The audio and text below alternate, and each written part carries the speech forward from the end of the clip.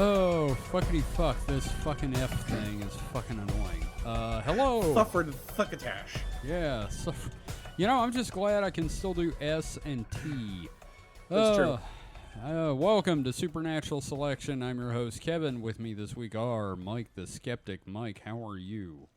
I am just fine. I'm a little warm for some reason. Let me see if I can turn the AC on. Yeah, it's a little warm here in the cabin. And we also have Mr. David Davis. David, how are you doing, man? A little warm in this cabin, too. Wow. It's almost like the globe is warming. Yeah, also, can you imagine if we could bottle our sweat and sell it to our fans? Oh. And they would not want that. Yeah. Podcaster sweat. They do not want, something that smells like, bacon and cheese. I don't know. Get to us. Email us at team@supernaturalselectionpod.com. Would you buy Host Musk? Yeah, you could tell which one is which because one of them tastes like beaver nuggets. One tastes like beaver nuggets. One of them's just naturally sweet from the diabetes, and then there's David. Are they drinking this shit? I don't know. I don't know. I don't know. It's whatever they want to do with it, honestly. Wow. I just wanted to open things up in the most disgusting way possible. Thank you for that. So, it's a weekend weird, and I don't know how to deal with the fact that we're not promoting getting your articles in for the zine now that the thing is passed, and I'm sorry we didn't have an episode last week. Did we have an episode last week, or did we miss it because of my stupid tooth? I think we missed it, yeah. Yeah, shit. Well, I want to thank everyone for the submissions, though, and, if you get one in, this first week of July, you can probably end up in the zine, but technically, submission period is over. Yeah, and you won't have to listen to our zine ad anymore. Yeah, it's sad. That's okay. That's okay, because we're going to have an ad once the fucking Kickstarter happens, and that's going to be in the show 4 times an episode. So, yeah, housekeeping, that's about it, except that we do have merch in the store if you would like it. I don't remember if I ever got the Fuck Boy and Fuck Man shirts made for the Mary Shelley stuff. Now, for those who don't follow us on the socials or on the Discord, can you explain the tooth situation you got going on for the listeners? So I got done eating dinner at work, and one of my coworkers had made some jerky. I was like, ooh, I'm going to have some jerky. I put it in my mouth, and my front tooth split in half, top to bottom. Ugh. And half of it came out. And I look like a deranged jack-o'-lantern. And that's why we have not recorded in a little bit.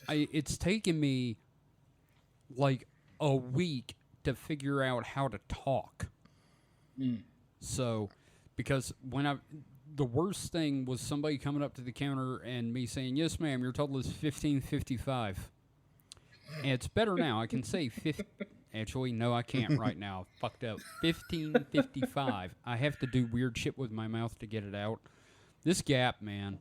He looks like a deranged prospector with the hair and the hair. He got a haircut, so he doesn't look anymore. I did get a haircut, but before the haircut, he had longer hair and the beard and everything. He looked like a deranged prospector. I really did look like I just came out of the mountains going, "I struck gold out here, boys." We need you to cosplay as the old Mountain Dew logo guy. Shut up. Get him a hat and some overalls. Fuck, I've got overalls. Corncob pipe, a little pop gun. It's old Jasper. Old Jasper's out here to tell you, but there's old Chopper done broke. So, also, speaking of hair, I asked Mike to just trim my hair a little bit because I had a funeral thing to go to the next day, and he cut it a little short. Yeah, I cut it straight across the best I could. And the first thing he had out of his mouth was, "Oh, I fucked this up." Yeah. Well, okay, exactly so that, admittedly, I said, "Oh, I fucked this up" because it was actually crooked. So then I trimmed it up straight. And then you turned me into Larry Fine. And then I was like, this looks from the back, it had that kind of just below the ears, but straight look. It looked like It was a Karen cut, kind of. not a Karen, like an old Chinese lady. Oh. I'm so sorry, man. That's It's not been a good fortnight. Where the Chinese lady, they have the bowl cut, but I- it's one bowl length in the front and another bowl length in the back. I know. And so I found a neat barber shop that had like vintage barber's chairs at the front of the shop. And I know they're vintage because they still have the attached ashtrays on the arms. It is run by Sweeney Todd. Seriously, they have old 1800s barber handlebar mustaches, the two dudes that run it. It's great. hell yeah, that's awesome. Anyway, that's what's been going on, me and my fucked up tooth. And I have a bad feeling this week I'm going to end up watching nothing but trouble. But we'll talk about it in the next distraction hole. It's a weekend weird, and I'm going to go first this week, guys, because, boy, have I got some shit to talk about. Got to unload. So, this is a very distraction hole segment for me, because I got my shortwave radio. I talked about that in distraction hole. And what it lets me do is listen to Coast to Coast AM. Ghost to Ghost AM. No, that's only on Halloween's. That's what they call it. But Coast to Coast sucks. Nowadays. Real damn bad, because George Norrie is awful. I've really been enjoying Somewhere in Time featuring Art Bell, which is just the best of Art Bell. Or just all of Art Bell, really. Yeah, because it's all good. It's all fucking entertaining as hell. Because they seem to be just playing them in order. Yeah. So calling it the best of is like, Yeah. It's like a one-hit wonders. Dude, it's only great. album. It's best of. great because they're only in 96 right now. Yeah. Oh shit. So we haven't even got to 9/11. Oh my god. It's fucking. It is. Hey, this is the only time you can say this, but you have 9/11 to look forward to. I do. But like, what gets me is, God, Kevin, I was still in high school. yeah, no, you were in high school. I was working roses, but This was peak X-Files season 2. oh yeah, no, it was the heyday of Coast to Coast, and like the first week I turn on, it's Art, and it's just a whole episode of Open Lines. Oh. And the very first call I get, Mike, you were here for this, and so was Film Gauge. A caller calls in. Art, can you hear me, Art? Yes, caller, I can hear you. East of the Rockies. What? How are you? And he's like, you are the Antichrist, Art. You are the devil. You will cause the fall of Western civilization. Art flips a switch and turns on a voice modulator to sound like a demon and starts going, how did you see through my disguise? And just starts fucking with the dude on the air. And then keeps going to that voice the rest of the night as people call in going, yeah, that dude was fucked, man. You're not the Antichrist. Flips the switch. I think he actually knows my secret. It's fucking hilarious. Art Bell was an entertainer above everything else. Oh man. Oh god, the open line stuff has been great. Last night we were listening to he is talking to someone about earthquakes, and this will give you some idea of why I love Art Bell so much. People were calling in talking about biblical prophecies with earthquakes, and Art would either say, that's not how science works, or he would hang up, say, we have two rules. We do not quote Nostradamus on this show, and we do not quote Scripture. The Bible is for church, not for my show. I was like, oh my God, I miss this man so much. And then I started listening to the best of George Norrie on Sundays. And, oh my God.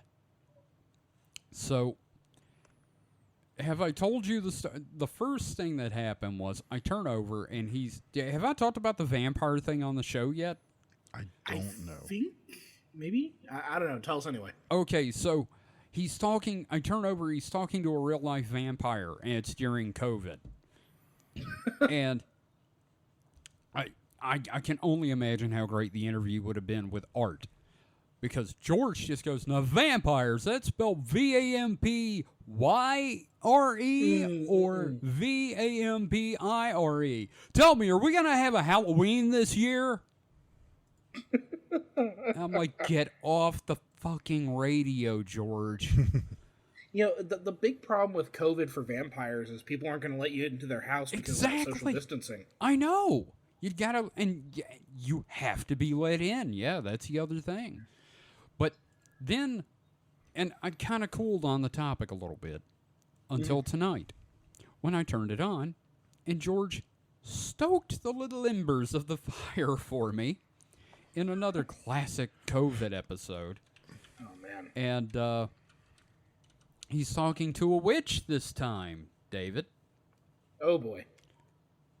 And the witch is talking about doing magic, and George asks, "Now tell me, ma'am,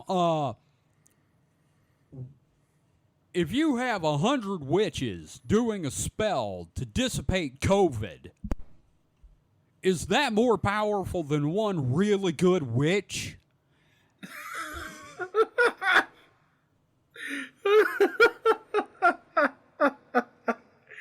And that's why I turned the radio off. And that's the difference. Tell me, would a horse-sized duck beat It's 100 duck-sized horses? Yeah, that's it. That's it exactly. It's that kind of questioning. And I fucking hate him. It's just like, oh my God. It's just like a world of difference. And I was reading about Art Bell because we're gonna do an episode about him and Coast to Coast. Mm-hmm. And I found out after he retired the last time, he had them remove all reference to him from the website except his founder. Because as he said on his Facebook page, "I don't want my name associated with what they've done to this show." Oh, shit. So that tells you everything you need to know. So I highly recommend if your local talk radio station stops playing Fox News updates for a minute and starts playing the best of Art Bell on, say, Saturday nights, please listen to it. It is fucking hilarious. It is entertaining. It is everything I wish we still had. And I'm going to low-key start my bid for replacing George Norrie. I second it. Right here. Yeah. No, I feel like what we need to do is actually do a call-in show. Oh, just yes. Just to have fun with that. Look, I've said before, if we get successful enough, we could do that. Oh, yeah. Yeah. See, I want to I want to try to get like some kind of a phone number people can call into or something. Yeah, or just like a voicemail box to Something, yes. Yeah. Oh, God, we need to set up a voicemail box or something. I Yeah. also want to set up a P.O. box so everyone can send stuff there. Dude, I want us to get weird shit mailed to us. I get that. Sounds I like have. literal Like shit. vaguely criminal shit at times. Well, yes. you know, I get stuff from like Darth Plato and Kick-Assatron occasionally in the mail, and like Ruth ruined my life with those 3 books. But like when we first started out, I got a poster. It is a screen printed poster with like 3 colors, and it's Bigfoot in the light of a UFO, and it says "Believe in weird things." Yeah, I can see it from my desk right here. I have no idea who sent that to me at all. That's beautiful. Like they ordered it off Etsy because I found the store, but they ordered it off Etsy and had them send it to me, and I still don't know who did that. So if you're listening now, thank you. That is one of my favorite things up on my weird wall. Yeah, it's like framed and everything. Yeah, no, it That's is in awesome. I got it in a frame, and it's right next to my big wooden frame of a reproduction of the painting of Jesus blessing the Greys. Yeah, and a original frame GI Joe comic issue Yeah, it's like an original issue of G.I. Joe 100 autographed by Larry Hama. with Cobra Commander. Going, I'm back! So, anyway, I got my weird wall here. And above his missing Bigfoot milk carton. Yeah, Mike's just naming off everything on the Well, wall. so I should name some of the shit on my wall. It's his wall of weird. Yep. So I have a little painting of a square sci-fi robot head. I have cool. a screen print of Rocket Raccoon. I have a Godzilla poster, a Revenge of the Creature, a signed photo of Joe Bob Briggs and Darcy the Mail Girl. Oh, nice. Yeah. And then I've got my wall of Gundam and my Chupacabra. So Awesome. The only signed thing I have is a Cybertronic Spree poster. Which is cool as hell, because those guys are great. I do have one other thing up here, two other things worth noting. I've got an autographed picture of the original last podcast hosts, which 1/3 of that is problematic now. And I also have an autographed copy of X-Men number 162. With Sorry, Skunk Rogue. 182. Yeah, it's a one where people are shooting at Rogue with a laser gun, and it's autographed by Chris Claremont. So, Oh, hell yeah. yeah, I got to meet him, and I told him he was why I got into writing comics, and he looked at me and just went, shit, and just signed the book. But yeah, as far as what we were talking about, we haven't talked in a while, so this is going to be a very rambling Yeah. episode. Yeah. but, like, I figure it's been going to be like kind of 2 like weeks. chaos mode. Yeah, which is fine. But, like, as much as I love this show, I would love to do Coast to Coast with you guys. That would be, like, the dream job. Like, since we're talking about this, like, where do we want our show to go in the future? Like, I'm just like pie in the sky. Like, what do you want to see happen? I have, you know what? The thing is, the fact that we're still going 4 years later is way past what I thought we were gonna do. Look, I've already laid out what my pie in the sky oh, is. right, you're I don't- Scooby-Doo. I don't have grand ambitions. Like, if it could become a full-time job and we could, like, go to weird places Oh, yeah, and that's- do, like, that's the big specials thing. on, that would be my pie in the sky. I agree. You know, I don't want to get rich. Like, I just, I just want to be comfortable. be able to do this, Yeah. like, full-time and not have to have a day job would be Yeah. my, dream. Which I'm with you on that. I think Like, to be able to do an in-person with all three of us. I would yeah. love to be able to like do a live show one day on a stage. Oh, Oh, yeah. that too. Yeah. I'd be terrified. Like, I am Yeah. not a public speaker. Oh, It'd be a train wreck, but it'd be an entertaining train wreck. I Yes. would. Here's the thing, Mike. I think you'd get used to it, and I think I would fucking thrive in that Oh, environment. yeah. You'd have to get me on the perfect amount of liquored up where I'm still coherent, yet, Yeah. my inhibitions have lowered. I'm gonna make a promise. When we do eventually do our first live show, I want to burn George Norrie in effigy. Sounds good. Okay. So two things that I would eventually like us to be able to do. Regular like live streaming, like at least like once a month we do a live stream episode where people can jump in, they can ask us questions, instead of in lieu of like a call-in show, Right. and where we have like a stream overlay or whatever. I would love to make that a consistent thing month to month. Yep. And then the other thing that I want to do, and I've talked to you guys about that, is doing the highly edited and highly organized, like deep dive topics, kind of like a pilot episode for the show, where everything is kind of scripted and everything like that. And I started working on it, but that's something that I'm still envisioning. Yeah, I feel like we need to see a proof of concept script thing and kind of figure it out. Yeah, but it's one of those things where, like, us going off the cuff and everything is fine. Like, I love that, but I'd like to do, like, okay, here's a tight 30-minute YouTube topic for YouTube kind of thing. Yeah, where it's like a 30-minute video with us narrating through a script. We've got like photos and footage and that sort of thing. So that's one of the projects, because with the zine being done, I think that's the next like big project I'm looking at. Yeah. So. Yeah. Well, it's nowhere near as cool as Mike's idea to get the mystery machine.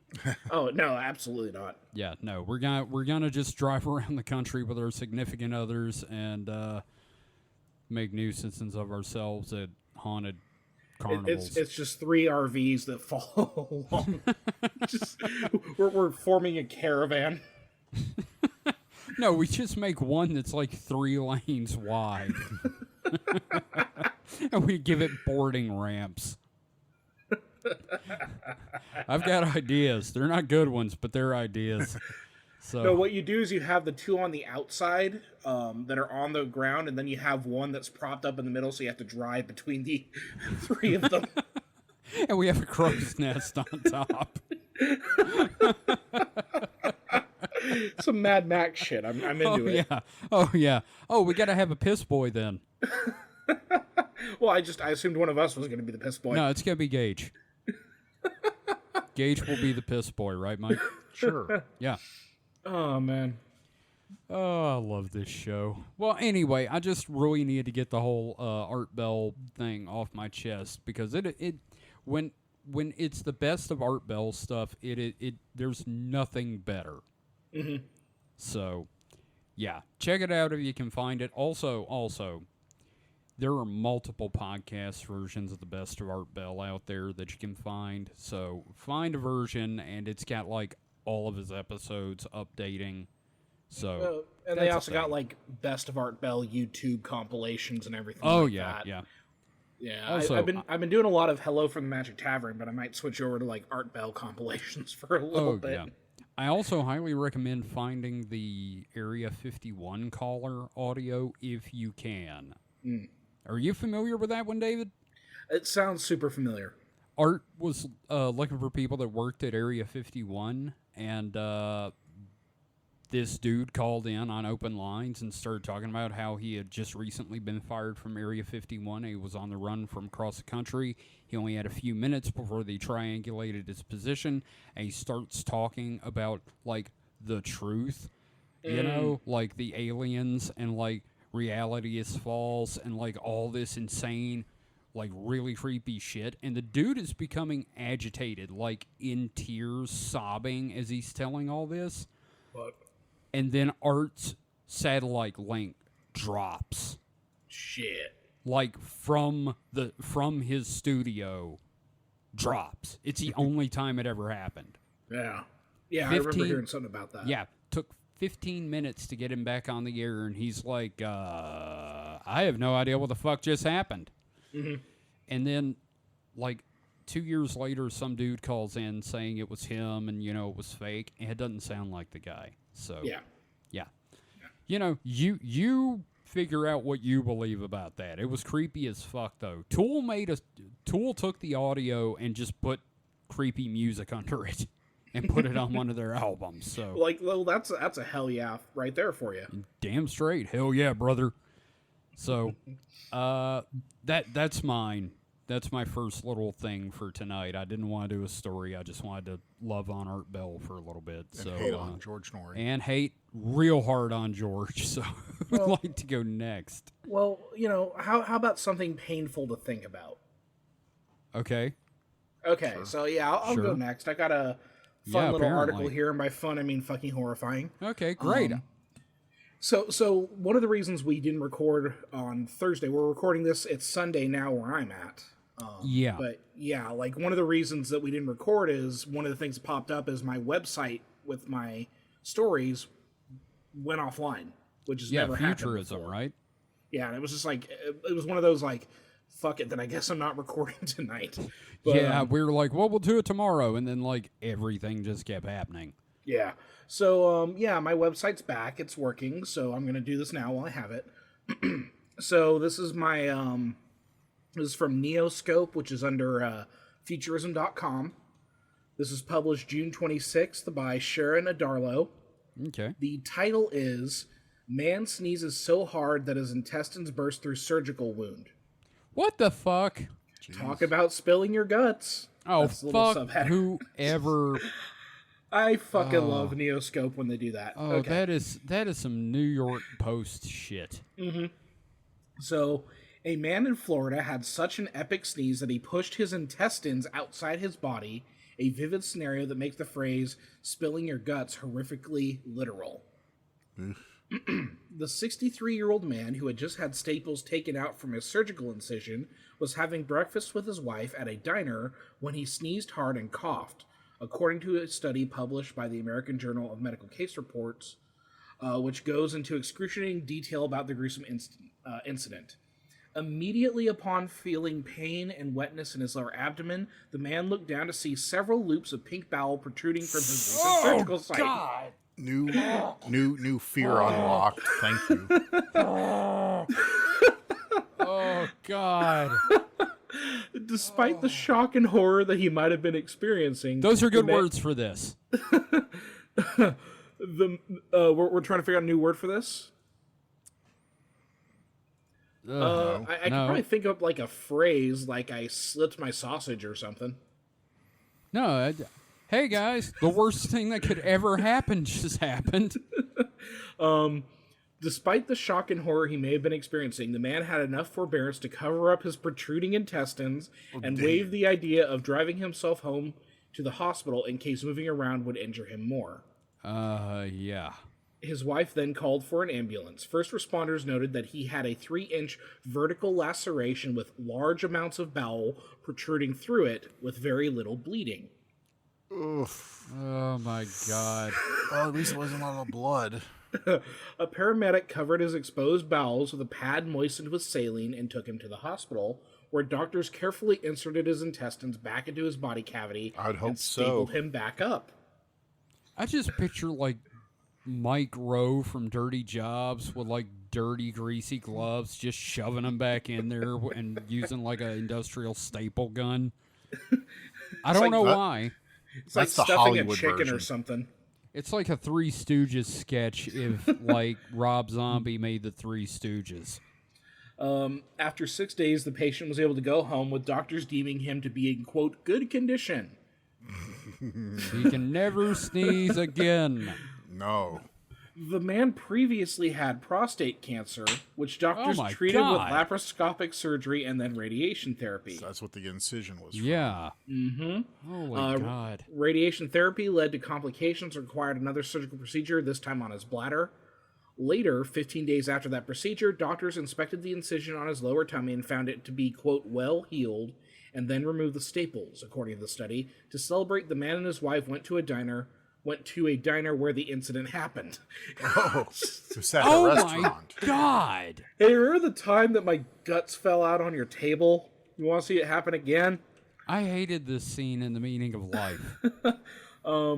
The medical case study labels his complication with burst guts as an evisceration, a term that seems to be more commonly used to describe how soldiers disembowel their enemies in the field of battle.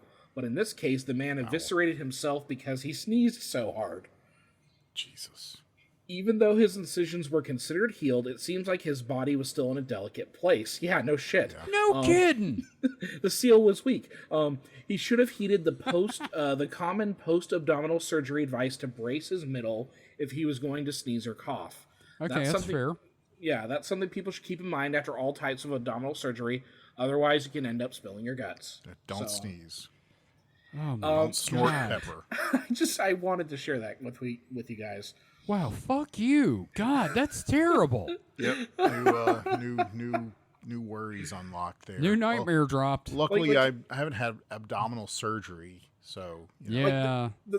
The closest thing like that that's ever happened to me is when I sneezed once and I farted after. Okay, look, Look at you're my young.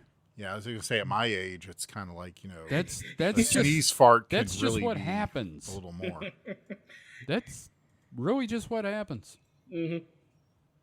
But yeah, so I like the fact they described him as being kind of like calm about it.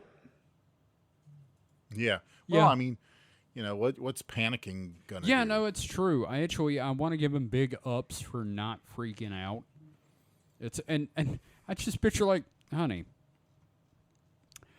my shit river has fallen out. Could you call an ambulance? Now, does he leave a bad Yelp review of the? Well, it's not. It their depends fault. on if it was the pepper. Just saying. Like, what if he got something spicy? Yeah, like, and the thing is, what restaurant was it? Did it say? No, it was just a diner. So it could have been Taco Bell. Well, and here's the thing. I don't think the diner would want anyone to know that a dude's literal guts fell out. Our burgers are so good they're gut busting. Oh shit! Oh god. Yeah, that's terrible. Wow. Again, kudos for keeping his shit together while His shit not pipe having together. his shit together. Oh my gosh! Wow, that's definitely number one bad thing. Okay. Yes, very, very bad thing. Like you happened. both had an incredibly visceral reaction to it. Well, I you- appreciate that. Fucking 3 loops of your guts just plopped out. Yeah, that's gonna happen. Yeah. No, I mean, Given the fact that in the last 3 years I've been hospitalized for some fucked up shit, yeah, no, I'm gonna have some visceral reactions to that. you're inside. You're supposed to stay inside. Mm-hmm. If they come outside, that's bad. Yes. So- Very so- good, Mike. So here's the thing. When he was there, like, did he just notice his shirt got lumpy? Maybe. Or was he, like, trucker style, like, shirt lifted up, belly exposed because he was really chowing down? real good. Mm-hmm. Right? Yeah, so My I'm guts is just coming I'm out my curious.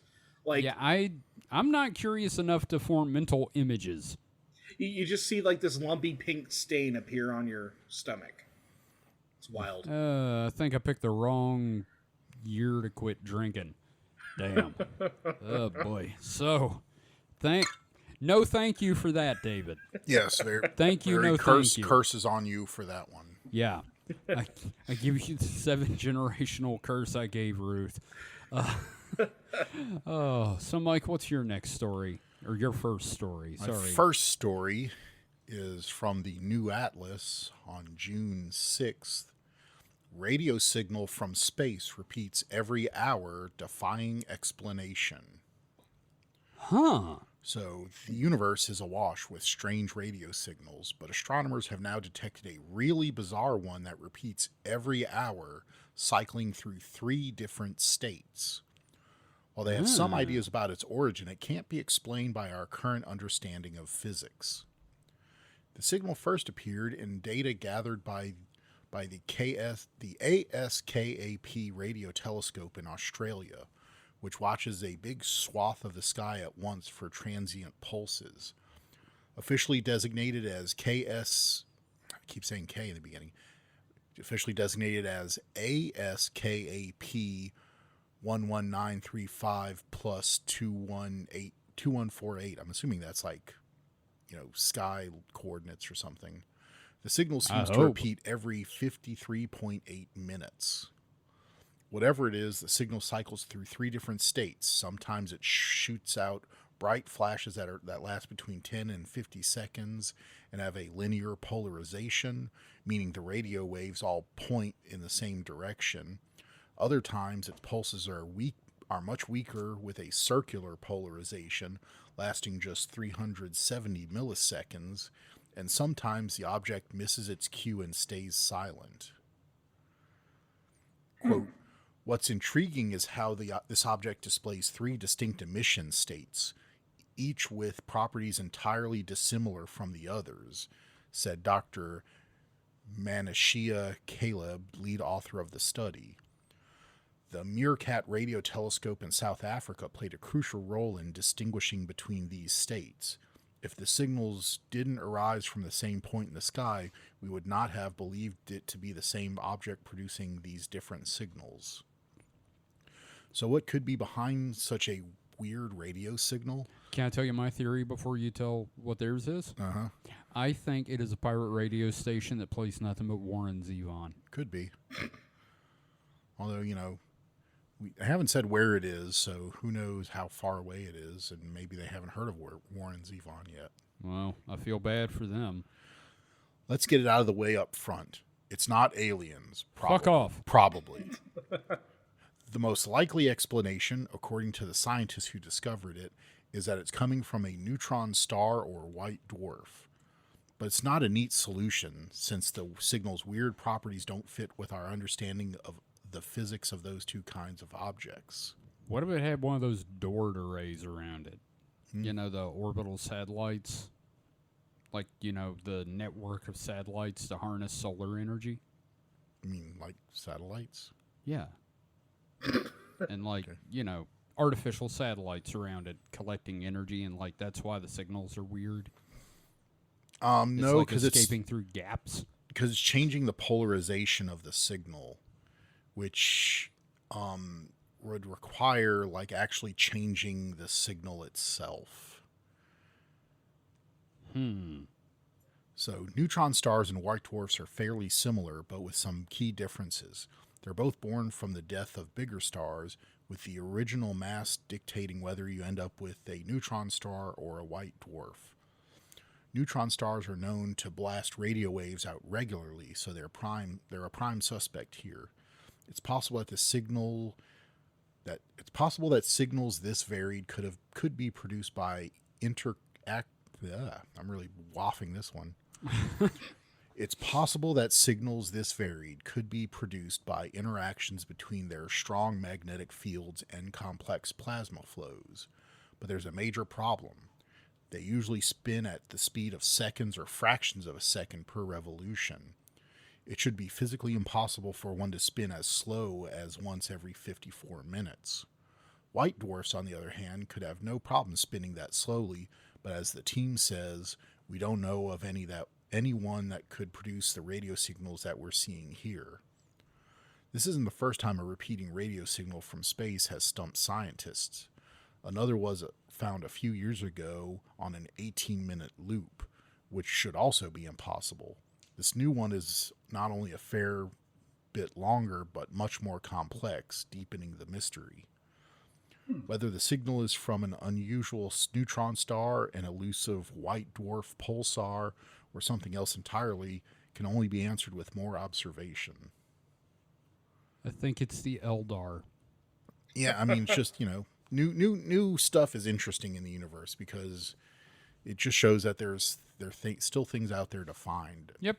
Yeah. What if it's a neutron star orbiting a white dwarf?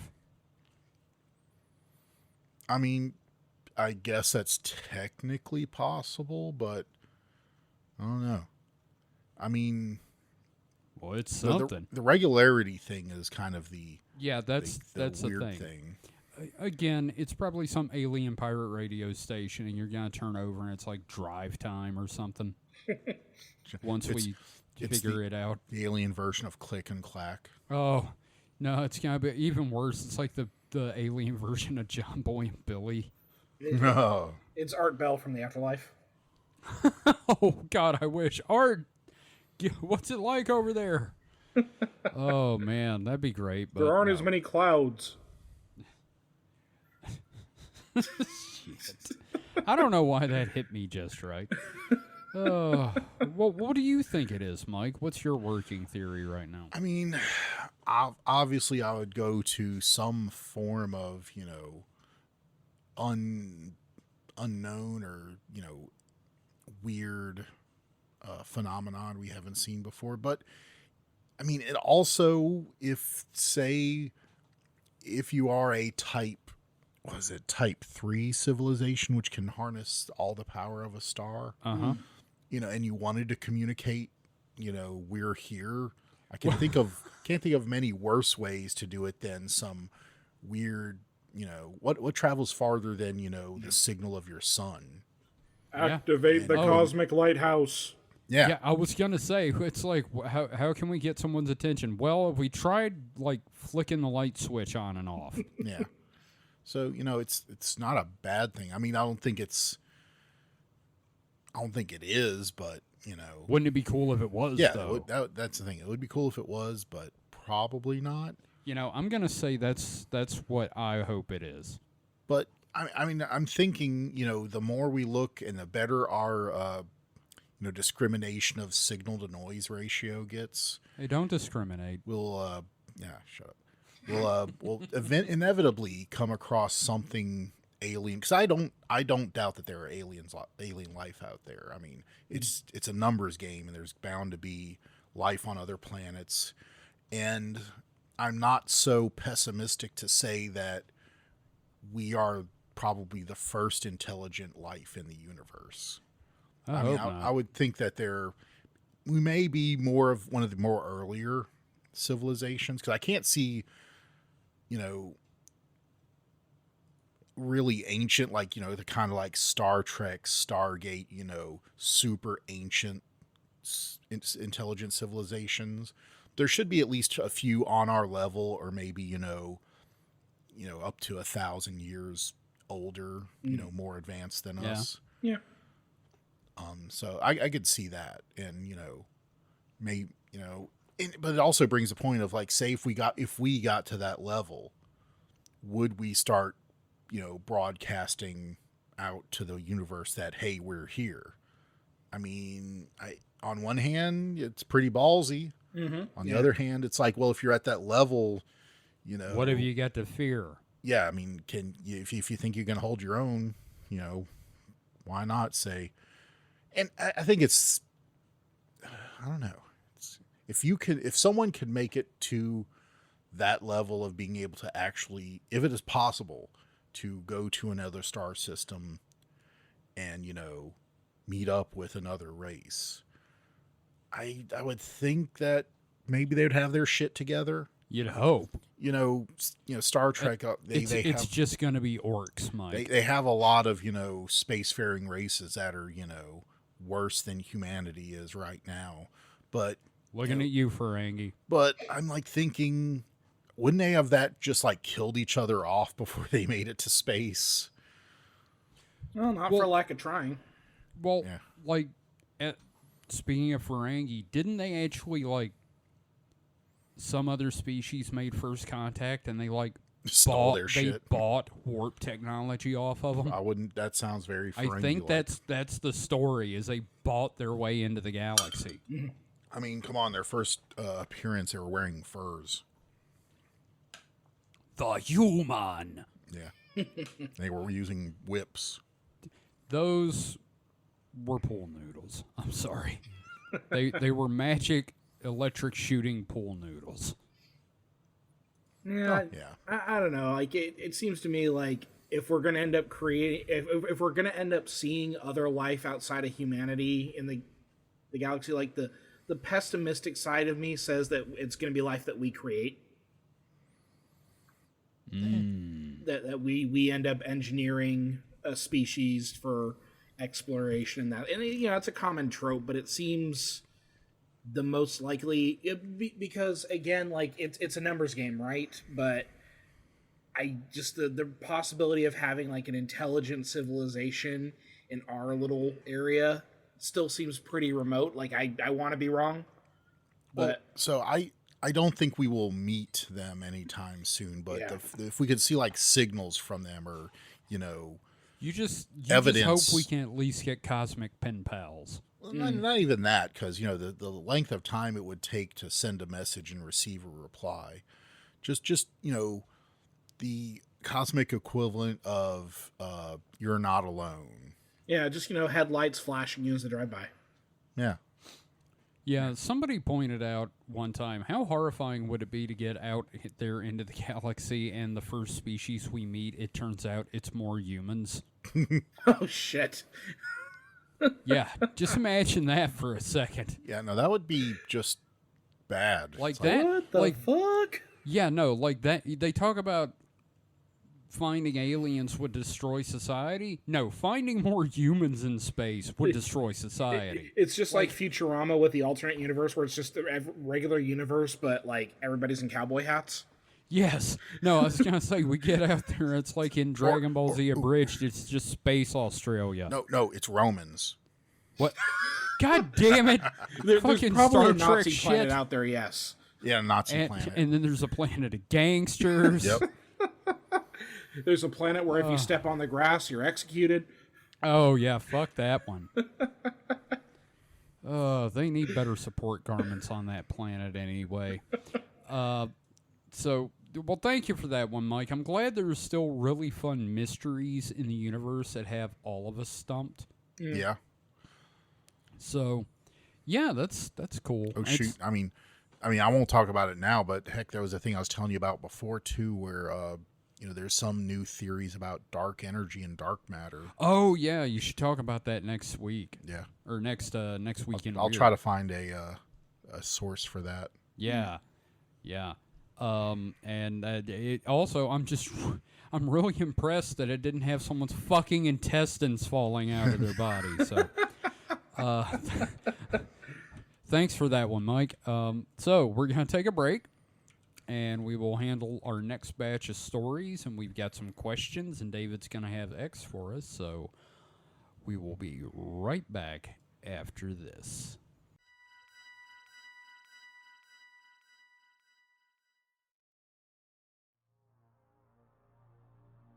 Hi everyone, this is Kevin from Supernatural Selection.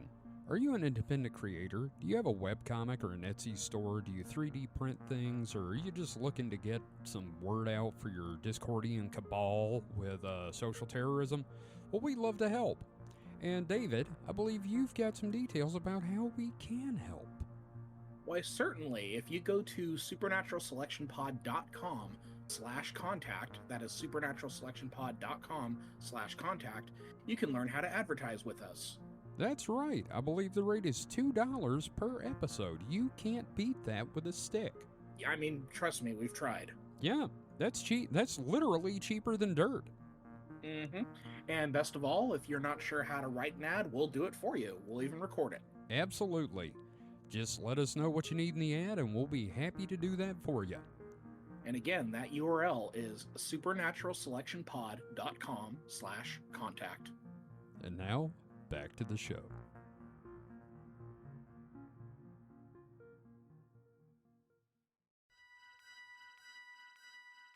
Fluoride in the water is not a conspiracy. It's good for you.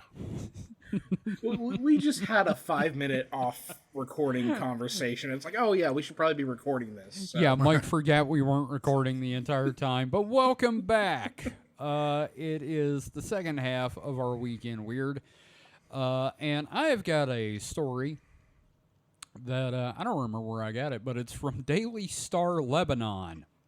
Oh, okay. Which, funnily enough, we had a very large Lebanese population here in Mississippi. In fact, our nationally famous weatherman, Woody Asaf, was Lebanese. It was great. He was one of those guys that would just read the weather. You know, he wasn't a meteorologist, and he would preface everything with, "The weatherman say." It was great. Anyway, sorry. Daily Star Lebanon. No byline on the article. No idea who wrote it. Oh, wonderful. But that's quality with a K. It certainly fucking is. So, article is Crypto-Terrestrials Among Us? Harvard researchers suggest ancient races hide in volcanoes. I fell in love with this the minute I saw that title. A new speculative paper proposes that advanced crypto-terrestrials might be living secretly on Earth or nearby, such as on the moon. This... That's two different locations. Yes, it is. And here's a great sentence to follow that up with. This unreviewed study is a collaboration between researchers from the Harvard Human Flourishing Program and Montana Technology University. Neither of those are what you think they are. What the fuck? Just so you know. What are crypto-terrestrials? The paper introduces it. Honestly, I already knew this. The paper introduces the concept of, quote, cryptoterrestrials, suggesting they are an ancient human civilization more technologically advanced than our own. This civilization is thought to have survived various cataclysms and now exists in hiding. It posits that these intelligent beings, which is in quotes for some reason, could be concealed on Earth, possibly underground, or in nearby environments like the moon. The study, accepted for publication in Philosophy and Cosmology, proposes that these hidden Earth dwellers might be behind the unidentified aerial phenomenon commonly attributed to extraterrestrials. So basically, before I move on, this is Cobra Law. So, human cryptoterrestrials. One potential category discussed is human cryptoterrestrials, described as technologically advanced ancient human civilization that largely perished due to events like floods, but continues to exist in a diminished form. Possible habitation sites mentioned in the paper include hidden locations within the Earth, such as volcanoes or deep-sea trenches. And the moon, apparently. And the moon. And Grandma played the piano. This idea isn't entirely new. In 1993, Dr. Shirley Wright, who had been an assistant to Albert Einstein, claimed that the pilots involved in the 1947 Roswell UFO incident were advanced humans living inside the Earth. Again, his assistant. Yeah, the one who got him coffee. Uh-huh. The study also considers other possibilities for cryptoterrestrials, such as highly advanced non-human primates or reptilian entities, which may conceal their aerial craft within mountains. Locations like Popocatépetl volcano, I hope I got that right, in Mexico, Right. and Mount Shasta in California. McNasty? Yep. Both associated with UFO sightings are proposed as potential habitats for these hidden beings. Additionally, sightings of unidentified submersible objects traveling at supersonic speeds have fueled speculation about cryptoterrestrials living underwater. The PBR? The PBR? The beer? Mumby. That Mumby and his paper. The paper even references controversial statements from Harvard astrophysicist Avi Loeb, suggesting that the moon might serve as a base for extraterrestrials. This article has a big hard-on for the moon. Well, they like the moon because it's just close to them. Oh, fuck you and your sock monkeys. So, I actually have always been fascinated by the idea of what they call breakaway civilizations, which is the idea that a group of humans separated from the larger populace of humanity years ago and have been secretly becoming more and more advanced while we've had, like, the Black Death and shit. Okay. And, like, now UFOs are them going, what the fuck have they done? I love the idea of a hidden civilization. All right, I need to get that out there. So there's that, but what about the Break-In-2 Electric Boogaloo civilizations? We are not going to talk about that. We're just not going to talk about that. But, yeah, I love that they brought up reptilians, but also apparently hyper-intelligent monkey men are an option that I didn't know we had. So what, the 13th Warrior?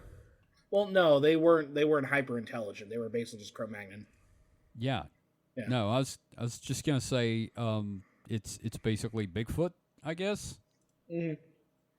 Which there have been, we've talked about this. There are UFO sightings with Bigfoot coming out of the UFOs. I think Star Wars is getting at the truth because Chewbacca was the engineer of the Millennium Falcon. So, like, one day we're going to go out into a forest and we're going to see a Bigfoot with, like, a bandolier with a wrench working on a UFO, and we're just going to be like, okay, no, it tracks. Have you ever read that Star Wars comic they did about that? Yes, yes, with Where, where Han, Indi- yeah, the ship crashes Mhm. and Han gets killed and Chewie runs off to live in the woods, and then Indiana Jones finds the wreckage of the Falcon. Indiana Jones and Short Round. Can't And forget Short Round, yes, an older Short Round, find the skeletal remains of Han Solo while they're looking for Bigfoot, which turns out to be Chewbacca. Mm-hmm. It was a really good story, actually. Honestly, yeah, it's legitimately a very fun one. It is one of the better expanded universe stories. But it was a long, long time ago in a galaxy far, far away. Yeah, and you Well, know, from a certain whatever. point of view. From a certain point, yeah. yeah, we're gonna go there. Yeah, let's just say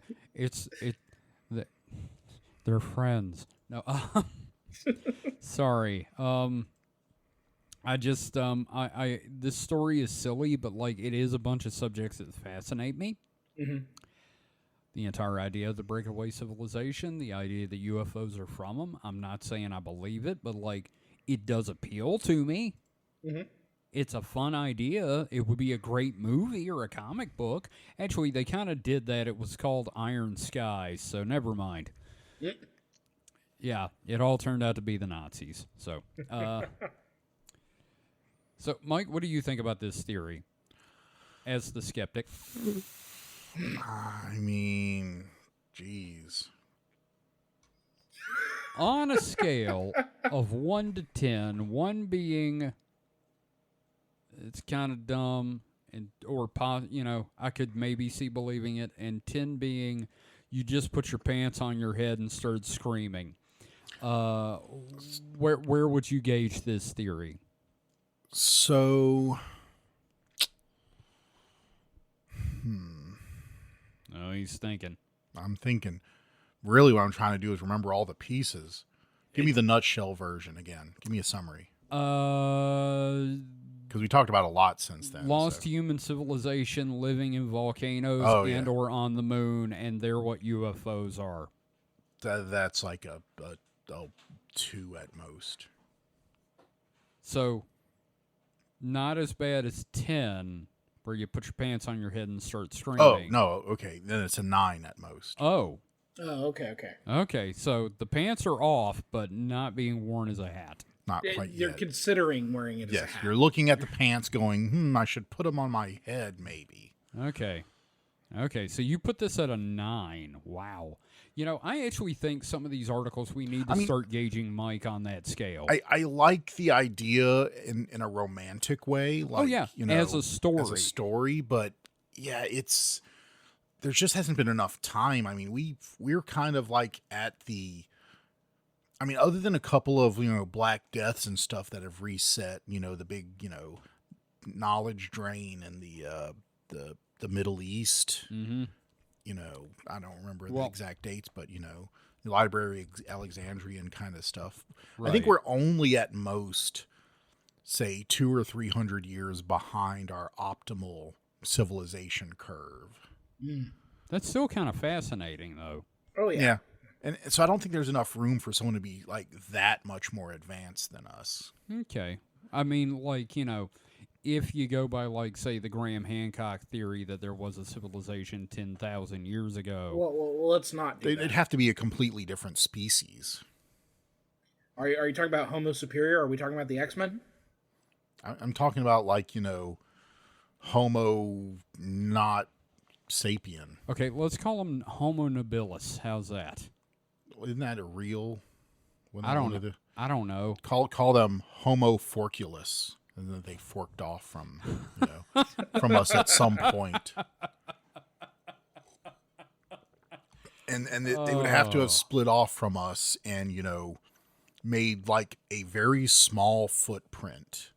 Like they would have to have living in a volcano. Well, or the moon. Before Actually, that, it is before they got there, before they got space or volcano-proof technology. Actually, it is the moon, though. Remember Ingo Swann saw him? Oh yeah, naked green dudes in the dome. But they would have they'd have to like have a, an agricultural and a industrial society and all this. You have to go through all very similar steps. You can't just leapfrog from caveman to, spaceman. You can with magic. You know, You have to be able He's to got make you there, Mike. spaceships.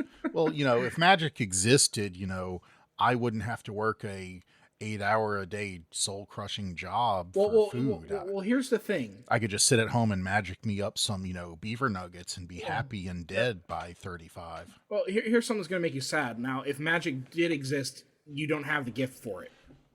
Now, how do you feel? I mean, sure. Okay. So Homo Forculus happened to develop magic when nothing else ever in the history of world has been able to do it. And okay, so then why did they leave then? Why did they just make Eden on Earth and, subjugate whatever? I'm going to tell you species exactly come up? why. Because when the Anunnaki showed up and we started fucking animals too loudly, they just said, nope, I'm out. I'm done. Fuck both you We're guys. going to the moon. We're going to the moon and volcanoes. So they're fucking prudes then. They don't want to watch the, nasty monkey sex going on. Magical prudes. I don't know if it's about not wanting to watch it. I think it's more like the sounds. Like the sounds would get annoying. Yeah. No, Oh, just come the on. sounds of chimps and chickens screaming. Look, I'm sure all they were. night. I'm sure they were on another continent. I mean, they weren't in the cradle of civilization. They were somewhere the fuck else. They could have been in I don't know, Mexico, Scotland, fucking Quebec. Who knows? Are you saying that the Scots used to be magical? I'm saying they could have been advanced? anywhere else on the earth. I don't know why I'm choosing that to be the thing. I don't believe. Look. Here's the thing. If you say you're a member of this forked civilization, Oh, we're forked, all right. and you see these dirty monkey people. Oh, I'm getting the fuck out. That sounds really racist. I'm apologize for that that saying. These primitive Homo early erectus, humans, primitive early humans, who, and you're annoyed by the way they're fucking. Why don't you just go, because they're go to working another for the Anunnaki. Okay, now you're Mining just bringing aliens into this shit or what? I don't know what the Anunnaki really are. I don't know how they fit into this. Now, You're I don't just know what they confusing are. me. Now, how do the Lyrans fit into this? Well, there was Merez on the Enterprise.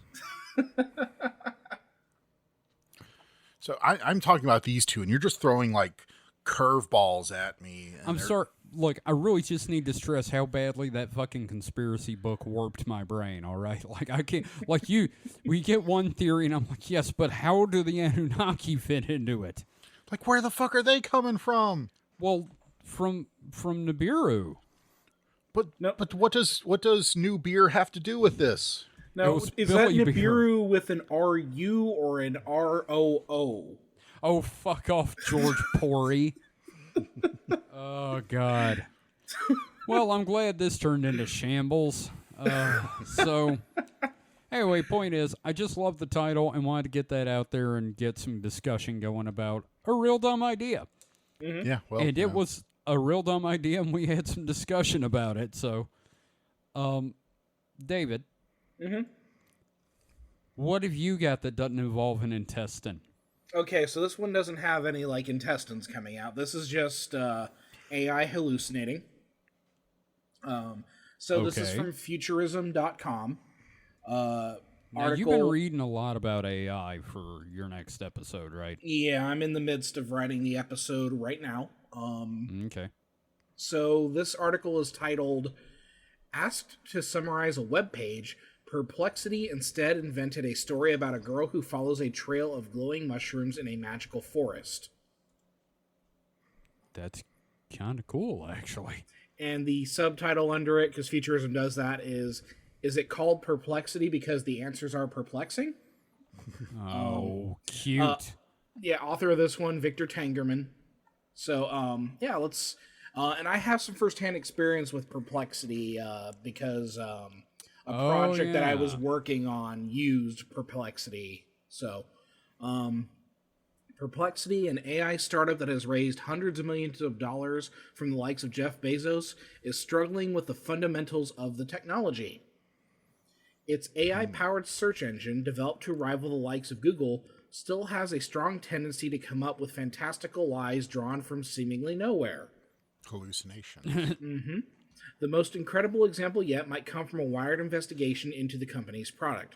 When Wired asked it to summarize a test web page that only contained the sentence, "I am a reporter with Wired," it came up with a perplexing answer. A, quote, story about a young girl named Amelia who follows a trail of glowing mushrooms into a magical forest called Whisper Woods.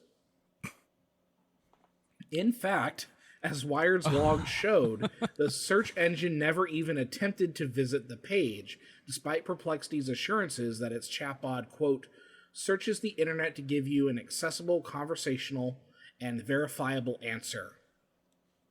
The bizarre tale of Amelia in the Magic Forest perfectly illustrates a glaring discrepancy between the lofty promises Perplexity and its competitors make and what its chatbots are actually capable of in the real world. A lot has been said about the ongoing hype surrounding AI, with investors pouring billions of dollars into the tech. But despite an astronomical amount of available funds, companies like Perplexity, never mind much larger brethren like OpenAI, Microsoft, and Google, are consistently stumbling. For quite some time now, we've watched chatbots come up with confidently told lies, which AI boosters optimistically call, quote, hallucinations, a convenient way to avoid the word bullshit in the estimation of Wired and certain AI researchers. Well, I mean, I think it's a very apt term because, you know, if you see something that isn't really there, I mean, that's a hallucination. Yeah, I mean, it's that's not true. a lie would, I think a lie, you know, conveys intent. It's not that the AI is intending to deceive. It's more of just wrong. I think that this is proof that it's becoming more intelligent because it now understands the concept of boredom and is making up shit to not be bored. I still like my theory that it's basically, you know, one bit of an equation of consciousness that we don't quite, you know, have all the tools for. Like we've got like the one variable, but we're missing the others. Yeah, it's the kind of dreaming bit of, you know, what humans do. So we have 42. We just don't have the question. We need more. We need like systems for discrimination and fact checking now into this shit. From what I understand, when it starts quoting Hitler, hasn't it already figured out discrimination? Technically, no, not that kind of discrimination. We're training our AI to be racist. Why would you do that? Because we are white supremacists. But we don't say that. This is another one of those Silicon Valley. Yeah, this is another one of those torment Nexus moments. Fuck. Meanwhile, Silicon Valley executives are becoming increasingly open to the possibility that the tech may never get to the point of never making crap up. Some experts concur. It's particularly strange in the case of Perplexity, which was once held up as an exciting new startup that could provide a new business model for publishers still reeling from a flood of AI products that are ripping off their work. But the company's chatbot has not held up to virtually any degree of scrutiny, with the Associated Press finding that it invented fake quotes from real people.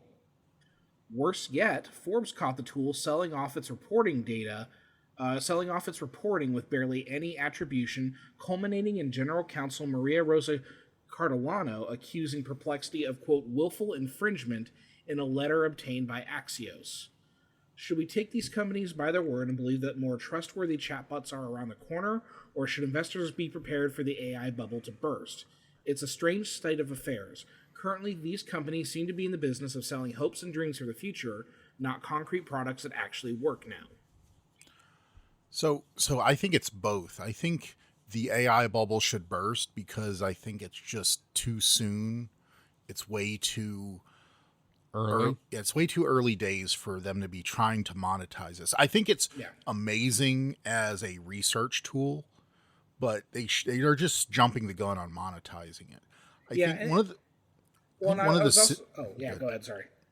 I was going to say, I think one of the systems that really needs to come online, I think quantum computers could probably play a big role in this, in their, you know, higher processing capacity, where they can be used to kind of sift through the output of AI, LLMs and things like that, and come up with, basically be the fact checkers. This reminds me of like, well, I'll be sitting there and I'll have all this random shit go through my head. But like, you've got the filter that keeps you from doing that most of the time. That's what I've said. I'm just trying to say it in a way that like I understand, and like it just dawned on me what you meant. I was like, ooh, I want to show that off. Yeah, no, I mean, I think we all have those kind of like just random bullshit always going on in our heads, whether we're conscious of it or not. And it's kind of our experiences and our knowledge that allow us to like pick the ones that are like relevant. Well, and the other thing going on with these different AI models and companies right now, they're all doing the same thing. The only difference is how they're packaging it, what data they're using, and then what like rules they put in. Like like X doing like an their racist AI that thinks Elon Musk is funny. Like it's literally that's all it's programmed to do is think Elon Musk is funny and to be able to say racist shit. Yeah, no, I mean, they're all using the same underlying research. They have their own, algorithms, and they're all using, of course, different, stolen data. I mean, data sets, however you want to call it. Mm-hmm. Stuff that they've just gleaned from the internet, either through, actually paying for it to companies that have stolen it or stealing it, themselves. Yeah. But it all comes down to it's really like I heard, I can't remember the person that did it, but it all comes down to basically one person's, academic paper about this subject. Mm-hmm. And they're all just basing their stuff on that. So, yeah. Well, and we're going to be talking about this a lot more next week. Yeah. I didn't want to go too deep because, I should start looking at sources and coming and adding to that. But I did want to mention, like, the hallucination of a delightful story about magic mushrooms in a forest. That is just wild that it would. That is. That's the real impressive thing. I mean, it must be like a flaw with their model, because at least with Google, it'll give you like vaguely close to what you're looking for. Yeah, like a thing where if you're dumb, you could believe it. Because, like, you notice that, Google right now, if you Google something, you'll get the first thing you'll get will be a paragraph, and that is AI generated. It is, scraping websites, looking for, and, compiling that with AI, your search terms in something that's, readable, instead of just giving you results. And that, I don't like it. I'm not a fan of it either, because a lot of times when I'm Googling something, I want primary sources, or I want, a web page. I don't want a paragraph of questionable veracity. That's not why people invented search engines. Search engines aren't supposed to, like, summarize information for you. They're just supposed to provide raw output of links. That's why Google took off the way it did.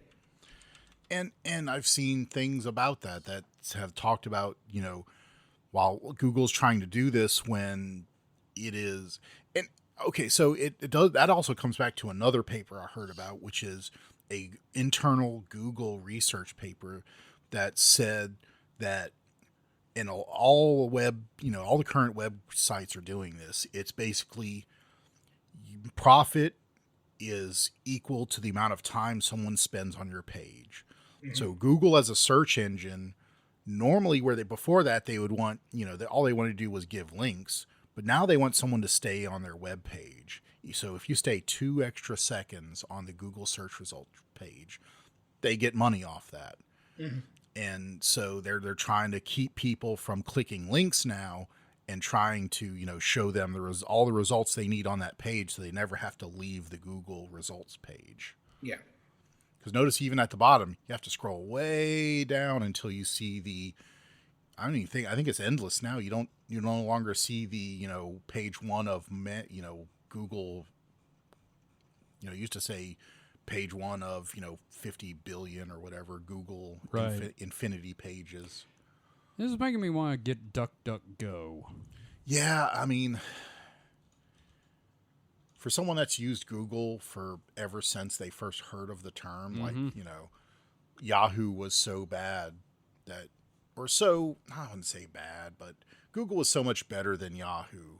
So you started using Google, and you've used Google for probably, 20 years now?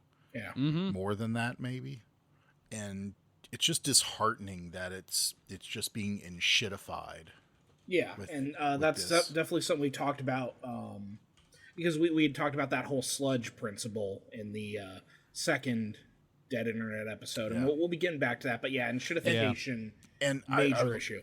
I'd like to say, David, I'm seeing Dead Internet theory more and more in the zeitgeist. Mm-hmm. Like we're ahead. It is becoming more of a known phenomenon now. Right, and I'm very excited about the episode because I have some interesting stuff. Especially I'll talk about it in the episode, but I found a paper that gave me an angle to look at everything based on like that dark forest theory. But it's like a dark forest theory of the internet, so I'm very excited about that. Yeah. Okay. Well, I'm looking forward to next week then on that. Yeah. But just a little preview, but I wanted to give you guys a little bit of a happy story after. Yeah, no, I mean that guy dropping his guts. Yeah, despite all the goddamn, literally dropping his guts. Despite all the problematic shit with AI, I do love the fact that this it gave us just this whimsical ass story. Yeah, it's cute. Mm-hmm. And I think much like crypto, it'll kind of fade into the background as the next big grift, thing comes along. Mm-hmm. Yeah.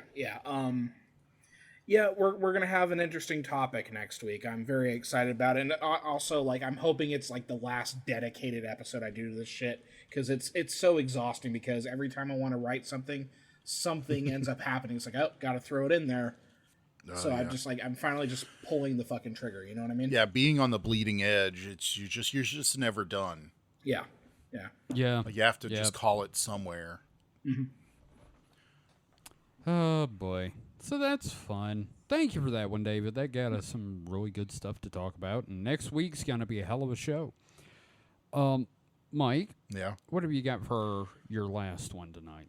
I have a new installment on the fungus among us. Mike?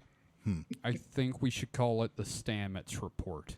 That's a little too inside baseball. Is it really? For this show, really? I don't know. I like the fungus among us. Yeah, okay. No, that's fair. It works. Hey, it's your spot, man. Yeah. Well, it's all of our spot because we've all done fungus. Well, technically, I had fungus in mine. You just did, yes. There was some fungus there. Yeah. But new ringworm fungi are spreading sexually and becoming harder to kill. What the fuck? Researchers are Does it make your guts drop out? No. Not yet, anyway. Researchers are warning doctors and the public about two emerging fungi that are stranger and harder than the typical ringworm infection. God damn. Dermatologists are sounding the alarm over two emerging types of fungi that can cause nasty bouts of ringworm. In a new report Wednesday, they described the first known U.S. case of one ringworm fungus that can spread sexually, while another recent paper details the arrival of a species resistant to the most common antifungals used to treat these infections. Ringworm, despite its name, has nothing to do with parasitic worms. It's instead a reference to the circular rashes often caused by certain fungal infections of the skin. These infections are also known as tinea and can have additional nicknames depending on where along the body they're found, such as athlete's foot and jock itch for infections near the armpits or groin. Is that what those are? Armpits? I think of I've had an armpit thing before. Well, okay, so athlete's foot, I guess, is, It's obvious on the foot. And jock itch, I guess, for armpits and groin. It's just a kind of oddly structured sentence. Yeah, so anyway, nitpicking over. There are about 40 different species of fungi that can cause ringworm. These infections are typically mild, if very itchy, and treatable with antifungals. But in recent years, dermatologists in Asia, Europe, and most recently the US have started to see ringworm infections that are a bit stranger and hardier than usual. Oh boy. Avram Kalpin, a doctor specializing in autoimmune disorders of the skin at New York University Langone Health, and his colleagues recently came across one of these cases. Their patient, a man in his 30s, developed scaly circular rashes directly on and surrounding his genitals. Initial testing identified the man's fungus as a species that typically causes athlete's foot or fungal toenail infections, but genetic sequencing revealed that it was actually the emerging fungus. Oh boy, I'm a little too drunk for this one. Tricrophyton metagrapha. Wow, that's a mouthful. ITS genotype VII. It's a noble effort, Mike. Yeah, or TMVII, or TMI for short now. Jesus. Yeah, TMI, too much information. I was making a joke there. I got it. TMVII has previously been detected in parts of Europe, and it may be spreading predominantly through sexual contact, something only rarely seen with other cases of ringworm. A paper looking at 13 TMVII cases in France, or I guess I could call it TM7 too, because the VII is a Roman numeral for 7. Go for it. Published last year, found evidence of sexual transmission in nearly all cases. These cases all involve men, with 12 reporting that they regularly had sex with men. Other researchers have traced emergences of TMVII to Southeast Asia, where its initial spread may have been aided by contact with infected sex workers. The French paper was actually what led Kalpin and his colleagues to be on the lookout for TMVII in the first place, and sure enough, it didn't take long for them to find a case on their radar. This latest case, published Wednesday in DAMA Dermatology, appears to be the first reported instance of TMVII within the U.S., and it features some of the same hallmarks of earlier ones. The patient reporting having traveled recently to Europe and California, as well as having had sex with multiple male partners during his trips. The takeaway for certain clinicians is that TMVII has arrived in the U.S., and we should be aware of it, Kalpin told Gizmodo. Amazingly, this is the second emerging fungi that Kalpin has crossed paths with of late. Last May, he and other researchers, including local and CDC health officials, detailed the first known case of Triclophyton indoctrininae in the U.S. this past May. Nice. Kalpin and others wrote a paper about these and other cases discovered recently in New York City. New York City? Yeah. Sorry. Europe. Indoctrinae.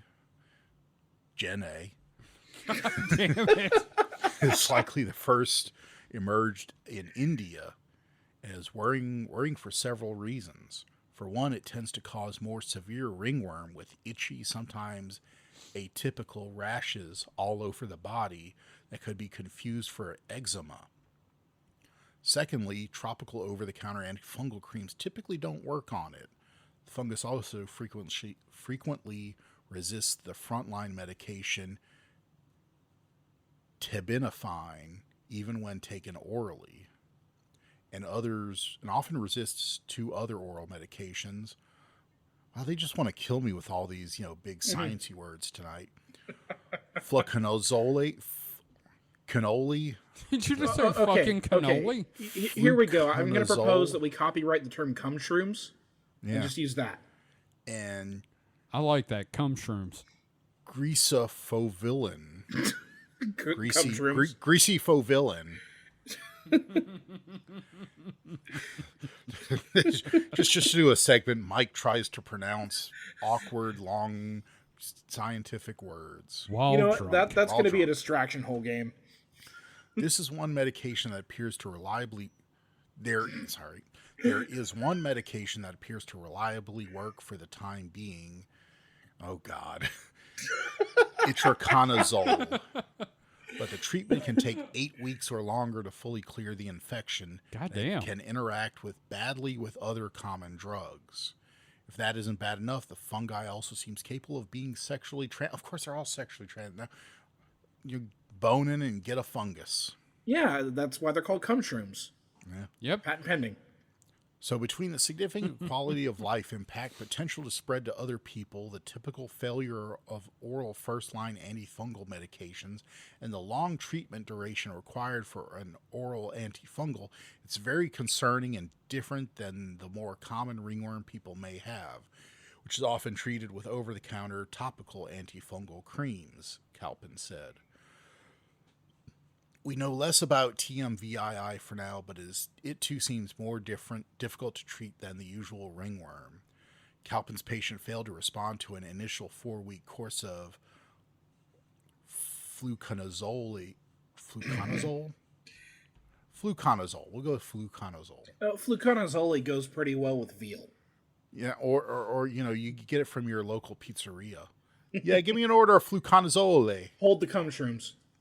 This whole article is making me realize I'm just going to start, getting my articles from Highlights magazines where the words aren't so big. What do Goofus and Gallant have to say about the cum shrooms? What do Goofus and Gallant have to say about the coming reptilian invasion? What do they have to say about sexually transmitted ringworm? Goofus said, I like that. Gallant says, you shouldn't stick your dick in that dead hooker. Oh, God. Look, I think the lesson we should all just take from this is stop fucking mushrooms. But Kevin, they're penile shaped. I reiterate, stop fucking mushrooms. But. No. No. God dang it, Mike. All right. Let me try this sentence again. Calpin's patient failed to respond to an antifungal 4-week course of fluconazole, though he did improve after 6 weeks of terbinafine. Ultimately, the patient was switched over to damn it, itraconazole, which appeared to clear up the infection for good, Calpin said. The patient is still being monitored just to make sure. It's like watching someone run through a minefield and they just hit every mine. Or the Tom and Jerry where he keeps hitting the broom even though there's only 2 of them. Oh, it's like Sideshow Bob and the Rakes. Yeah, that the Rakes, yeah. Yeah. Well, I'm pretty sure I saw that on Tom and Jerry first. Oh, too, yeah, no, it was a play. Yeah, no, definitely. But, oh my God, Mike. They just did not give a fuck about you. No. Well, I mean, it's written for people that are just going to gloss over it and, they're going to see, oh, that's that, I word. Oh, this is this F word. Oh, this is the fuck you, try reading this word. I was going to say, Mike, you got a lot of F words in there. Yeah. At least for the time being, these emerging fungi aren't an urgent public health concern within the U.S. Importantly, the team hasn't found evidence that TMVII or T. indoctinae have been an endemic in the area. So in other words, they haven't spread widely. They've just, been isolated incidents. Yeah. But we do need more research to better understand these new and other fungal threats, Calpin said. Currently, for instance, it's not possible to tell exactly how resistant these fungi are to particular drug from lab results alone, the way doctors sometimes can with other types of infections. This lack of information can then drag to a patient's God damn it. Oh, no. I'm trying to read fast, and then I'm fucking up. Because we're in the home stretch here. Okay. This lack of information can then drag out a patient's treatment course. The team is also hoping their work can push fellow dermatologists to know about these fungi in the first place. They can obviously, since they can be mistaken for other common sources of ringworm, and without testing, they're just going to give them the regular treatment. I'm paraphrasing now.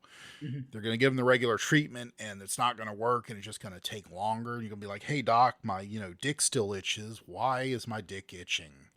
And the doctor's like, "Well, I gave you this shit to make your dick not itch. You just aren't using it right." And he's like, "Well, I used it right, doc, and it's still itching." And they're like, "No, you didn't use it right," because he thinks he's giving them the right treatment, but he's not. And here in Mississippi, the doctor would then say, "Well, it itches because you're a sinner." Yes. So they're just working with public health officials and the American Academy of Dermatology to spread the news, and it's an ongoing problem. And if it itches, don't scratch it too much. That's my last words on it. Here we go. That was a ballet. What next time we do like a live stream recording, what we're gonna do is we're just gonna get Mike nice and drunk, and we're gonna hand him a couple of articles. And just watch what happens. Like this one hit real hard for some reason. Mike, the dancing monkey boy. Look at him dance. Woo! Look, I'm not bitter. I'm just making okay. fun. Because I was gonna say, Mike, I respect you, but goddamn, that was great. Hey, look, if I can be entertaining, I'm glad. Here's the thing: it's not the greatest fuck up in the history of the podcast. It was me pronouncing Louisville as Louisville. No, that was the greatest fuck up. That's a cardinal sin right there. Yeah. Hey, I'm sorry. I come from a culture where you pronounce S's. Hey, yes. at least none of you suffered the Mumbies curse. Mumbies. The Mumby. Mumby. Oh boy. That was a fungus, fun one. Yeah. Cum shrooms. There we go. Yep. The fungus can be transmitted sexually now. Yes. Yes, it can. God help us all. Yep. Yep. I don't know. I don't know how to feel about that. Again, the funguses are coming to kill us, and yet it's still not the cosmic death fungus. And it's still not the Last of Us fungus, thankfully. Nope. Oh yeah. It's a coming though. Man, I can't wait till cordyceps crosses the species barrier and then ends everything. It's about time. We had a good run. I don't know. I think I can wait for that to happen. We're in season 16 Simpsons territory as far as civilization goes. We need to. I should don't think think we're back that during bad. 8 or 9. You know what I mean? I don't know. I think we can. We could pull up. We still got. I think we still hit that Star Trek high. I'm glad you're optimistic about it because I'm not. I am definitely not. Well, thank you for what may be the most entertaining article read we have had tonight, Mike. That elevated the entire thing to a whole new level. So, David, you've got a segment. Yep, because we've been kind of rotating through these, so it's time for X to give it to us. Hell yeah, woo! And then now I have to clarify that it's X as in the 4chan X and not the Twitter X because fuck Elon Musk. I don't know what you're talking about. It's Twitter. It's always been Twitter. It's always going to be Twitter. What are you talking about? Yeah. So I know that I had proposed a couple ones, but I'm very interested in this one, so I'm going to go with this one. This is also tangentially related to the cosmic death fungus. Oh, God. Because I had discovered cosmic death fungus through one of these 4chan threads. Yes, you did. And then I also mentioned at one point when we were discussing cosmic death fungus or in A Week in Weird that there is now the worm one going around. Wait, I don't remember this. Oh, okay. Well, all right. So first things first, I'm going to post a picture for you two gentlemen. Okay. That opens up the thread. It's in the Host talk. Yeah. What the fuck? The title of the or the post text is "Evil parasitic worms use telepathy to control you. They tell you to be afraid and anxious. They to have lusts and cravings, and they tell you to participate in the world." You literally just described the Archons. So I'm going to go through and read a couple of replies, but then there's a link to an archived post about some weird esoteric shit involving these worms. First good reply is a picture of a box of ivermectin. Oh, god damn it. Next good reply is, some on here will take this shit seriously, so be more responsible with what you say here. Thank you. Man, that is the most intelligent thing I've heard a non say ever. Mm-hmm.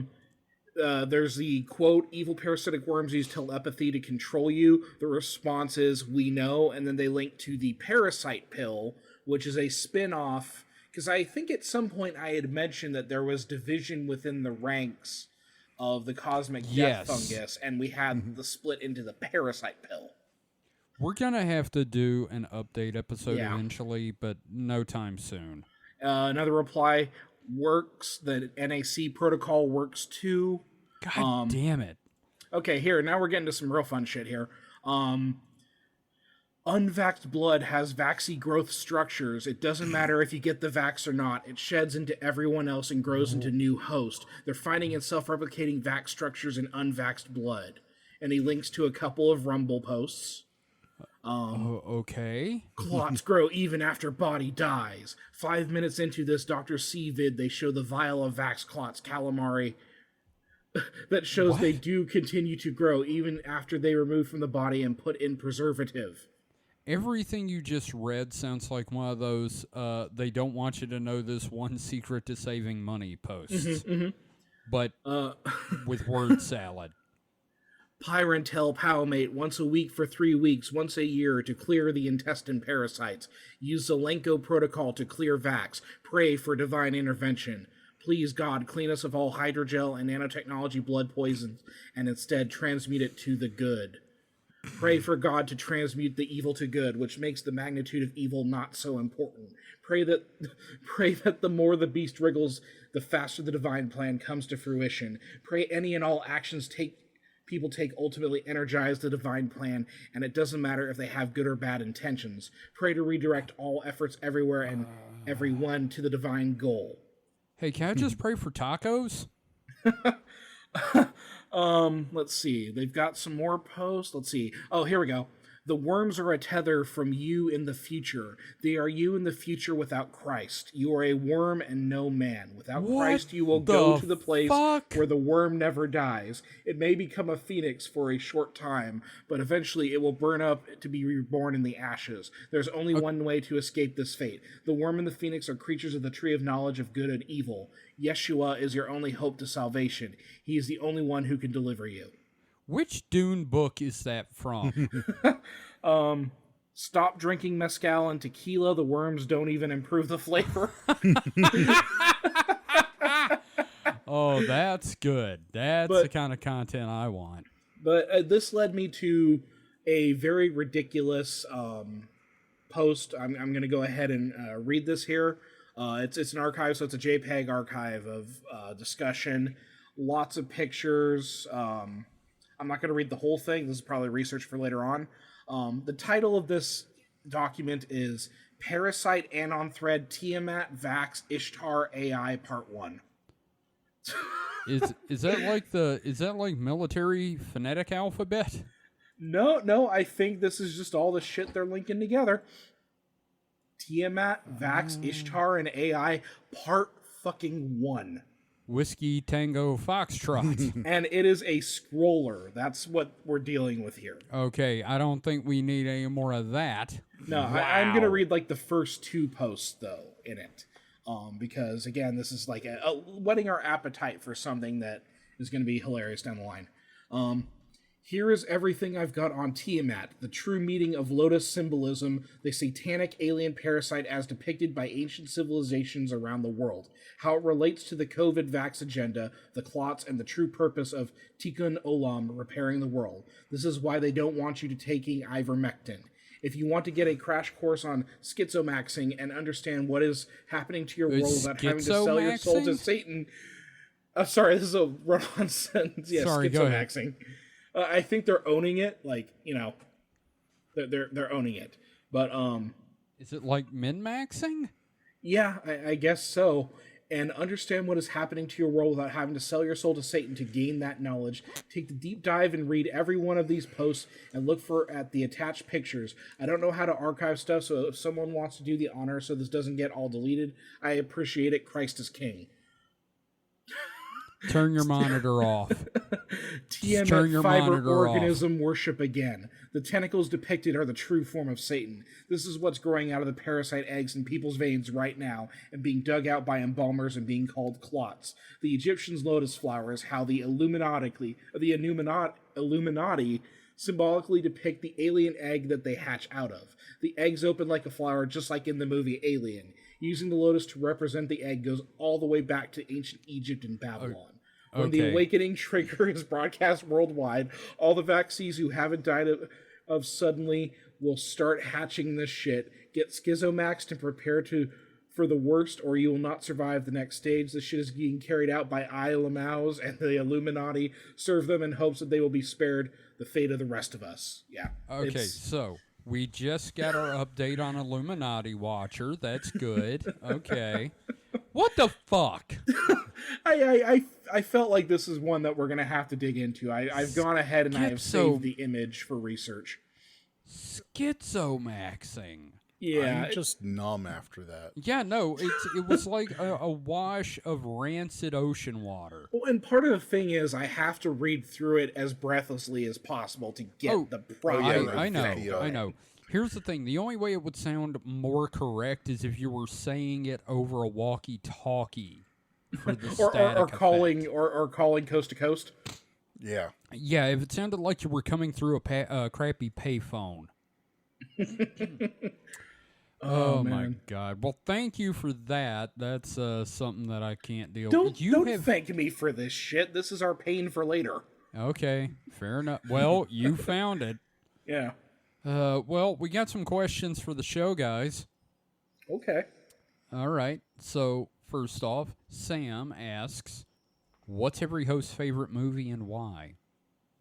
Well, that seems more like a distraction question. Yeah, that's fair. Okay, what's our favorite movie that fits within the purview of the show? Fifth Element. Fifth Element. It's got aliens. It's got ancient astronauts. It's got weird alien gods. Lulu Dallas Multipass. It's got the fact that the moon was trying to kill us. I mean, it's everything. Like, no, don't get me wrong. That is an amazing movie. I would say Alien. Alien. Sorry. Yeah, I would say Alien for sure. No, Alien's great. Alien's one of the best non-Lovecraft movies. Yeah, it's a beautiful haunted house story set on a spaceship with truckers. In space. Yeah. Yeah. How about you, Mike? My dad's Bigfoot. Fuck you. I don't know. I mean, y'all both took any answer I could have. What about Signs? Harry and the Hendersons. I also love Signs. I would say favorite. Harry and the Hendersons. Fine. I wouldn't say favorite. I mean, I like those movies okay, but yeah. Well, I don't think anyone is expecting us to name an absolute favorite. That's something you have to think about for a while. You know what I mean? Well, I'm just saying, if you want Aliens so bad, you can have it. Fine. No. I don't know. I don't know either. Well, let's not end our friendship over this one. I mean, I liked, what was that more recent one with the, I need to see that one again with the alien spaceship that looked like a river rock. Are we talking about District 9? No, the one where the lady goes inside is trying to communicate with him. Arrival. That one was pretty good. Oh, and you know what? I'm just going to throw out there The Arrival, the one with Charlie Sheen. Contact. Ooh. Fire in the Sky. Oh God, that one's freaky as hell. Oh, we're just naming alien movies. We're just naming genre. Aliens. Yeah, we're just naming genre films. Let's move on. We have a question from Allie Bear, which, hello, Allie Bear. We're very glad you become a listener. She asks, they ask, don't want to misgender, what is your favorite type of story to cover for Weekend Weird? And if you can, what was your favorite story you've reported on could have been told by the other hosts? Okay. My favorites are probably the more bizarre, Phantoms and Monsters usually, because they're just so stupid. I love weird animal stories. Yeah. Hopefully not when they get killed, but just like, like that otter that was fucking with the surfers. Yes. That was delightful. I do like, I kind of do like the fungus stories. Yeah. But more than that, I do like, like new sciencey things like the space. Just not even just space, but when there's new interesting science developments. Now, would you say that these fungal stories have grown on you, Mike? A little bit. I see what you did there. I would say they're kind of parasitic. That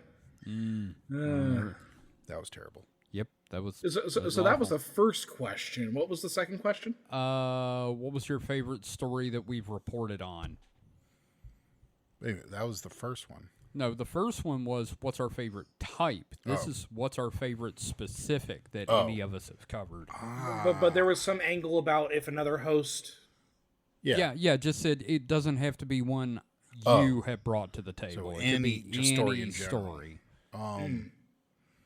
That's tough. I'd have to actually go back and review. And I think I have an answer. Oh? The Monkey Gang War. Oh, that was a fun one. I don't know if it's my favorite, but that was a fun one. It's so fucking memorable, though. It is. It's real damn memorable. Just Monkey Gang War. It sells itself. Yep. Let's see. Wait, Mike, have you got one? No. Okay, good. All right. Good. Good, Mike. You don't have anything to say. No, it's just I'm sitting here going, I don't think me or Mike can think of one right now. I really can't. Yeah. Ghost Forge. Hello, Ghost Forge asks, could echoes actually be someone in Magonia shouting back at us? God fucking damn it. No. Is this a reference to something? Magonia is like the other world. It's the super spectrum where aliens and ghosts and Bigfoots come from. Or here's a wild, wacky idea.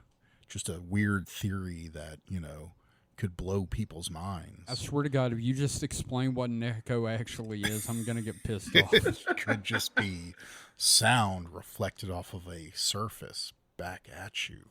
If I haven't... With a delay. If I hadn't known you longer than I haven't known you, I would throw you out of the house right now. Oh my God. They could just be the sounds of you and other timelines that are slightly delayed.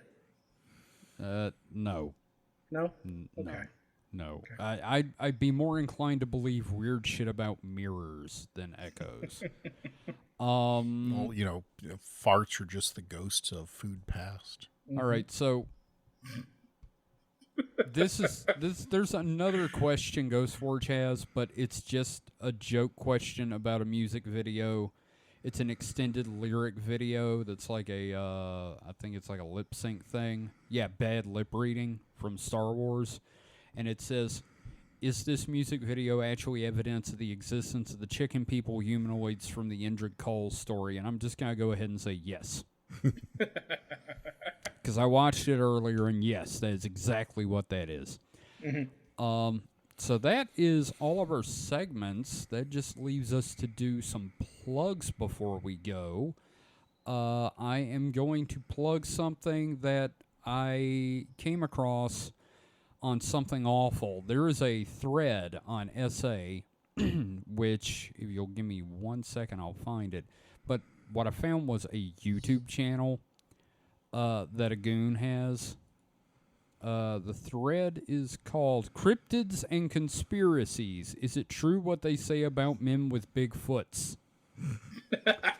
And it is like a 76-page long thread about the shit we talk about. Fantastic. And one user in the thread, Dr. Gerald Coe, I'm assuming that's a assumed name because the picture is someone from the 1970s wearing a turtleneck. His YouTube channel is nothing but paranormal videos, a lot of them from the 70s. Like UFO cover-up, alien autopsy is the most recent thing on there. But like from 74, UFO target Earth. Sasquatch, the legend of Bigfoot from 76. UFO syndrome, 1980. There are a couple of episodes of In Search Of on here. There's a special called The Outer Space Connection. It's got like the Nostradamus documentary with Orson Welles. But my absolute favorite that I watched is called The Flying Saucer Mystery from 1952. Oh. And they don't say UFOs anywhere in it because they hadn't come up with that fucking term yet. They keep talking about the saucers and discs. But what kills me about it is the flying saucer. For the past 5 years, it has interested scientists. And I'm like, oh my God, this is old as fuck. For the past 5 years. Yeah. Oh my God. Yeah, so, if you want to check that out, it is Dr. Gerald, Jerrold,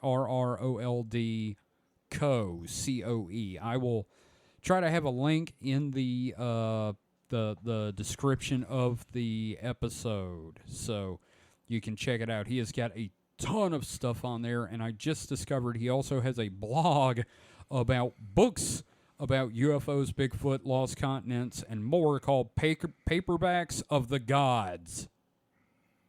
And it's all 70s paranormal paperbacks. So check this dude's stuff out. It's great. Hell yeah. So that's my plug for the week. David, Mike, got any plugs?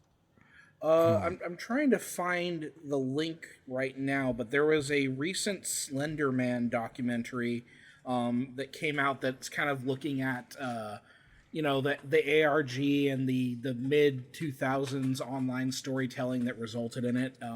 Okay.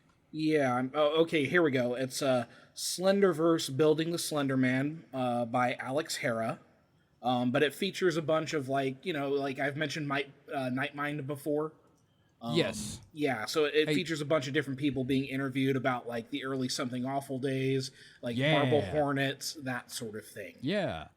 So hey, do me a favor, send me a link to it, and I'll put that in the description as well. We'll add a section called plugs to our typical description, that shows up to the side or under the podcast. Mike, plugs. I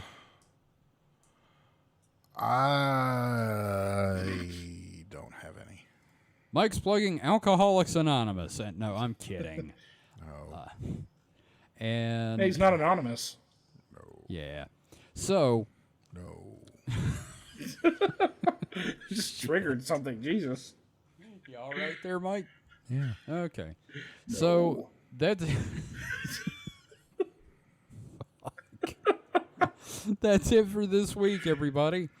I want to thank everyone for listening. You can find out everything you need to know about the show at supernatpod.rocks. That is supernatpod.rocks. You can find a link to our Discord, our store, all them podcasts, and pretty much everything else that matters about this show. So head on over to supernatpod.rocks and get your groove on. And yeah. So, again, thank you for listening. So until next time, stay safe and stay frosty. Goodbye. What? They did a new season of Beyond Belief? What? Apparently last year. How the hell are you going to do that after I close? That's what I was just looking at.